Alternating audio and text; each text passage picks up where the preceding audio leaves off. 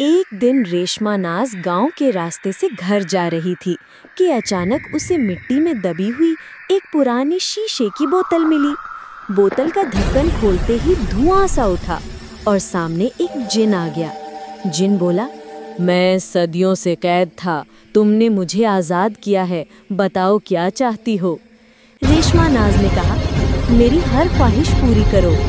जिन ने सब कुछ दिया, महल, जेवरात, दौलत, शान शौकत। फिर रेशमा नाज ने कहा, अब तुम मुझसे शादी करो। जिन ने मुस्कुरा कर कहा, जैसा तुम चाहो। यूं दोनों की शादी हो गई।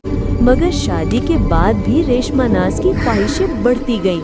आखिर जिन ने थक कर कहा, इंसान की हिर्स कभी खत्म नहीं होती, ये काम मेरा नहीं इंसानों का है। ये कहकर वो धुएं में गायब हो गया और रेशमा नाज सब कुछ होते हुए भी अकेली रह गई।